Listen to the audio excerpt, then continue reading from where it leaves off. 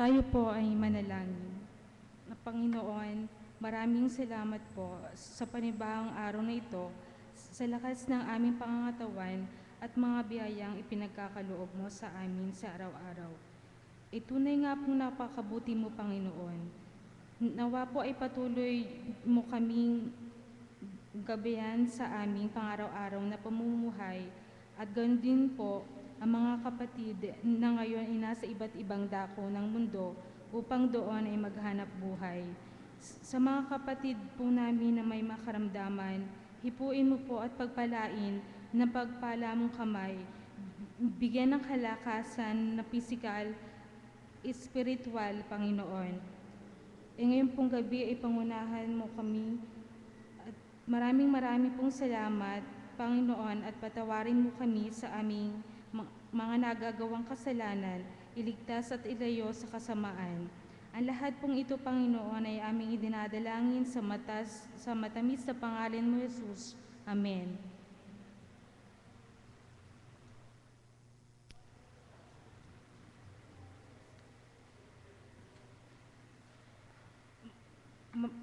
Mabiyayang pagsamba sa sambahan ng Diyos, sama-sama nating papurihan ng Diyos ang pagbati po sa lahat ng mga kapatid at panauhin. Happy birthday po sa may mga kaarawan ngayong araw na to, Helen Suarez, Pauline Tuazon at Melissa Tuazon. August 26, Gloria Samonte. August 27, Sherwin Recto, Hasmin de Malibot, Kenneth Encarnacion, Jillian Marinay, Sophie Magsino, at Alexandra Feilinga. August 28, Romeo Mazilan Jr. August 29, Mea Panganiban at Rhea Bin Pascua. August 30, Celudonio Magtaas at Ariel Pasno. August 31, Randy Hega at Ramon Manguera. Ang mga bulaklak ay handog bilang pasasalamat para sa kaarawan ni kapatid Gloria V. Samonte. Ang patuloy na pagsamba at paglilingkod sa araw ng ating Panginoon ay tuwi pong 7:30 ng umaga. Midweek prayer and praise service every Wednesday po dito po sa ating sambahan. Church and home Bible study every Friday po 6 p.m. Ang ngayong buwan pong ito ay Mission and Evangelism Month. Mission Sunday, speaker po ay si Pastor I.D. Melita Linga, ang Reverend Ino sa Kupang Commission Sunday, then speaker po lay leader Nicasio Aranas Jr. and Vesper speaker lay leader Nicasio Aranas Jr. Bukas po ay National Heroes Day. Sa 27 naman po, BCEC Prayer and Worship Service sa Yemalip Church, 5 p.m. po. Sa August 28 po naman, Hope Chapel Service, alas 8 ng umaga. 1-year death anniversary service ng Serrano Family, 10:30 ng umaga po. Hope Faculty and Staff Bible Study, 4 po ng hapon. Midweek Prayer and Praise Service, 5:30 p.m. po. Ang speaker po ay si Leader Arvin Cordon. August 30, Church and Home Bible Study, 6 p.m. Lay leader and ministerial student sa UCCP Ibaan, CTE, alas 5 po ng hapon. August 31, STC Evangelism Committee, UCCP Ibaan, 9 ng umaga po hanggang alas 3 ng hapon with the local church council, bossy members, and pastors. Sa September 1 po ang Communion Sunday.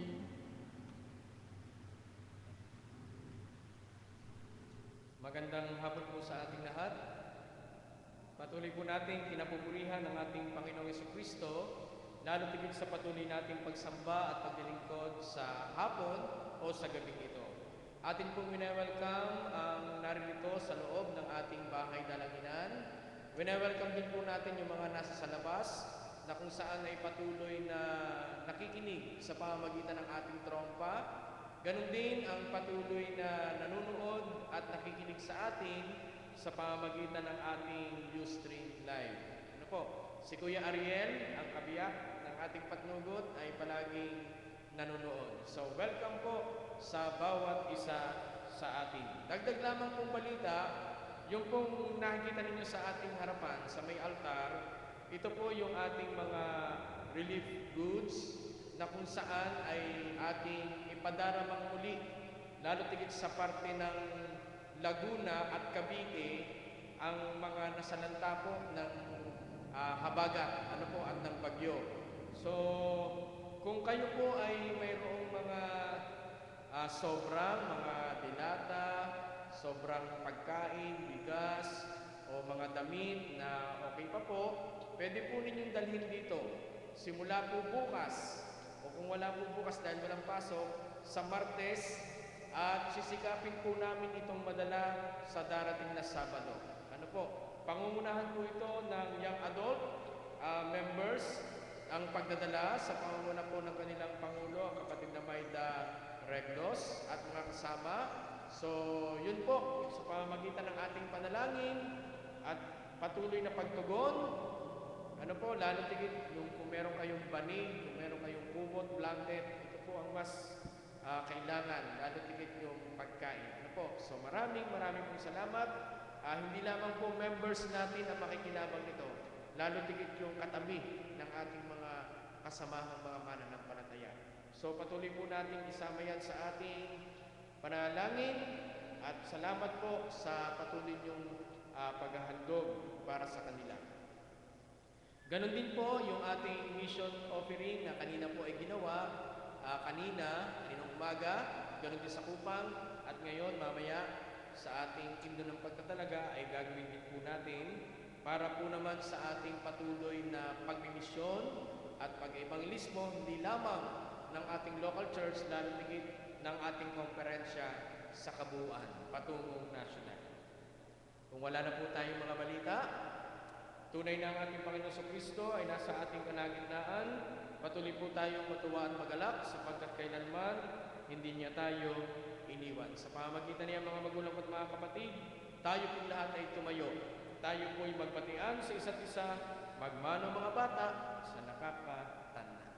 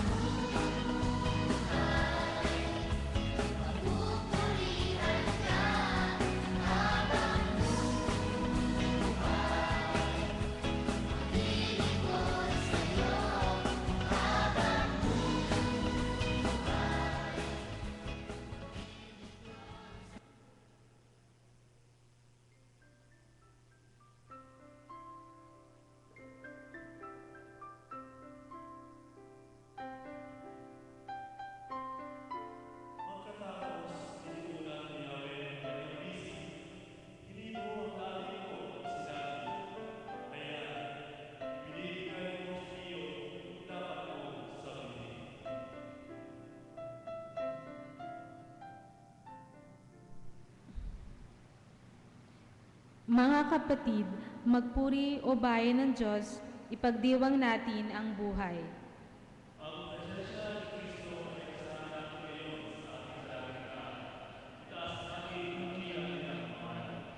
Ating ihandog sa Diyos ang ating mga buhay upang tayo ay hupuin at hawakan ng Kanyang Espiritu.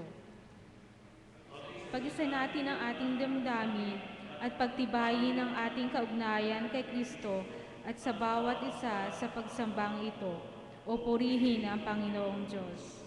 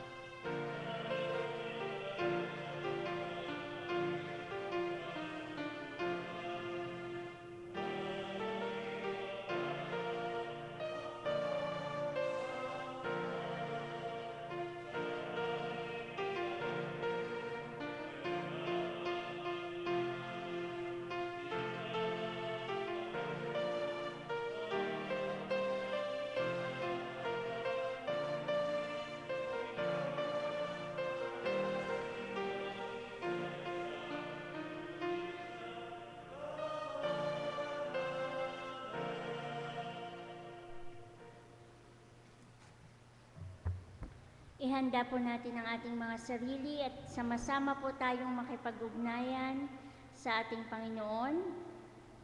Tayo po ay manalangin. O Panginoong Diyos na makapangyarihan sa lahat, tunay nga po na may mga hinanakit, galit sa aming mga puso, mga sakit na nararamdaman, dulot ng hindi magandang pakikipag-ugnayan o hindi pagkakaunawaan ng aming mga kapatid, kapamilya, kasama sa trabaho, kamag-aaral o aming Panginoon. Mga hinanakit sa puso na dulot ng mga problemang patuloy na dumarating, mga katanungan, kaguluhan o aming Panginoon. Pero ang mga ito ay iyong papawiin. Ikaw, Panginoon, ang Diyos ng pag-ibig na sa amin ay nagtuturo, na sa amin ay nag-guide, upang ang tunay na pag-ibig ang aming madama, upang ito ay aming maibahagi sa aming kapwa, sa aming paligid, sa aming kalikasan o aming Panginoon. Patawad po sa mga pagkakataon na nakadarami kami ng mga ganitong bagay. Patawad po, Panginoon, kung hindi dagli o hindi agad-agad kaming makapagbigay ng pagpapatawad sa aming kapwa. Alam namin na ang mga ito ay maghihilom dahil naririyan ka upang kami ay samahan o aming Panginoon. Itinataas din po namin sa iyo ang aming mga kagalakan, katagumpayanan, ang mga pagdiriwang sa aming mga buhay o aming Panginoon. Ang mga birthdays, anniversaries, ang mga promotions, ang mga magagandang bagay at blessings na patuloy naming tinatanggap. O aming Panginoon, marami pong salamat sa lahat ng ito. Tunay na ang iyong pagpapala ay lagi nang nasa sa amin. Nawa nga po, Panginoon, matutunan namin na pasalamatan, i-appreciate ang lahat ng ito, o aming Panginoon, sapagkat ito ay nagmumula sa iyo, at magawa namin itong maibahagi sa aming kapwa, para na rin sa kapahayagan ng aming paglilingkod at pag-ibig na gusto naming isukli sa lahat ng ipinagkakaloob mo sa amin, o aming Panginoon. Gayon din naman po, Panginoon, ang mga kapatid naming may karamdaman, nasa hospital man sila, sa tahanan, kapiling namin sa mga sandaling ito, o aming Panginoon. Ikaw po ang dakilang manggagamot sa lahat na sa kanila ay magbibigay ng kagalingan. Samahan mo po sila, patuloy na ipagkaloob ang pag-asa, ang katatagan. Gayon din gabayan mo ang kanilang pamilya na sa kanila ay nag-aalaga, patuloy na sumusuporta, patuloy na nagmamahal, o aming Panginoon, at ipagkaloob ang kanilang mga pangangailangan. Financial man, mga panalangin at suporta ng kapatiran, o aming Panginoon, itinataas po namin sa iyo ang mga kapatid naming ito. Sa panahon po ng problema o kalungkutan, naririyan ka upang kami aliwin. Maraming pong salamat. At nawa, Panginoon, sa gitna ng mga pagsubok, naroon pa rin ang aming pag-asa. Naroon pa rin, Panginoon, ang aming pananalig, ang aming paniniwala na hindi mo kami iiwan ni pababayaan man. Kaya magpapatuloy ang aming mga buhay at titingnan namin ang mga pagsubok na ito bilang mga daan upang lalong higit naming mapaunlad ang aming mga pananampalatayang espiritual, ang aming pakikipag-ugnayan sa iyo, ang aming pakikipag-ugnayan sa aming kapwa, o aming Panginoon. Ito ay mga bagay na dumarating upang higit ka naming makilala, higit na maihayag ang iyong kadakilaan, o aming Panginoon.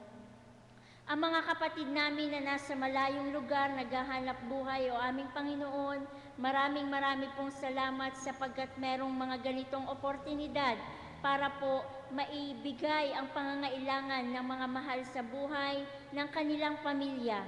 Patuloy mo po silang ingatan, patuloy na gabayan, at ipadama ang iyong presensya, Panginoon, upang malayo sila sa lahat ng tukso, sa lahat ng kapahamakan, malayo sa mga sakit at karamdaman, at patuloy na maging matatag sa harap ng mga pagsubok doon sa malayong lugar, o aming Panginoon. Sapagkat ang kanilang ginagawa, ang kanilang sakripisyo, ang kanilang paghahanap buhay ay para sa kapakanan ng kanilang pamilya. Panginoon, nagpapasalamat din po kami sapagkat nitong mga nakaraang araw, ang malakas na bagyo, ang habagat, ang hangin, ang pagbaha, Panginoon, iningatan mo ang lugar na ito ng Batangas, o aming Panginoon. Bagamat nakakalungkot sapagkat sa ibang dako ng Pilipinas, sa ibang lugar ay marami ang nasalanta, maraming ari-arian ang nawala, maraming buhay ang nawala, o aming Panginoon. Tunay nga po na sa mga ganitong kalagayan, nadarama ang pagkakaisa, ang pagtutulungan, at nawa po sa lahat ng mga blessings na aming natatanggap, ito po bilang kapahayagan ng aming pasasalamat, makapagbahagi kami para sa kanilang kapakanan, para sa kanilang kalagayan, o aming Panginoon. Nawa po ang mga ganitong pangyayari ay magmulat sa aming mga mata kung paanong dapat naming pangalagaan ang kalikasan na iyong ipinagkaloob, kung paanong dapat naming tandaan, dapat naming isipin, Panginoon, na kami ay may mga responsibilidad, may mga pananagutan upang pangalagaan ang aming kapaligiran, sapagkat ang lahat ng ito ay hindi lamang sapat, kundi labis-labis pa para sa amin, para sa aming lahat na iyong mga anak, o aming Panginoon. Subalit sana po mawala na ang mga pang-aabuso, mawala na po ang mga pansariling interes lamang ang ginugusto at hinahayaang maapektuhan ang mga inosente at walang nalalaman o aming Panginoon at sariling bulsa lamang ang kanilang payayamanin. Maaari nga pong napakahirap na tanggapin ang mga ganitong bagay, subalit sa mga ganitong kagipitan, sa mga ganitong pagsubok, lagi kang naming kasama o aming Panginoon. Patuloy mo po kaming hawakan, patuloy na patatagin. At ang bawat isa sa amin sa mga sandaling ito ay mayroon ding mga kanya-kanyang panalangin. Panalangin ng pasasalamat, panalangin ng paghingi ng gabay, panalangin na patuloy na bigyan ng kalakasan at iba't iba pang mga dahilan o aming Panginoon. Alam namin na ang lahat ng ito ay iyong dinirinig. Ang lahat ay binibigyan mo ng atensyon at nawa ay maunawaan din namin na ang mga katugunan ay ipagkakaloob mo, Panginoon, kung ito po ay makabubuti sa bawat isa sa amin. Sa aming iglesia na patuloy na ginagamit mo upang mahayag ang iyong kadakilaan, maging instrumento mo ng iyong ministeryo dito sa lupa. O aming Panginoon, patuloy mo pong patatagin sa pangunguna ng aming pastor, ng aming diakonesa, ang mga lay workers na narito, o aming Panginoon, ang mga ministerial students, ang buong kongregasyon, nawa ay patuloy na magkaisa sa pagsusulong ng iyong dakilang layunin. Maraming pong salamat o aming Diyos. Tunay na hindi matatapos ang aming pasasalamat sapagkat hindi rin natatapos ang lahat ng bagay, ang mga mabubuting bagay na ipinagkakaloob mo sa bawat isa sa amin. Panginoon, ito po ang aming samo at panalangin sa matamis na pangalan ni Jesus na aming tagapagligtas, aming tagapagtaguyod. Amen.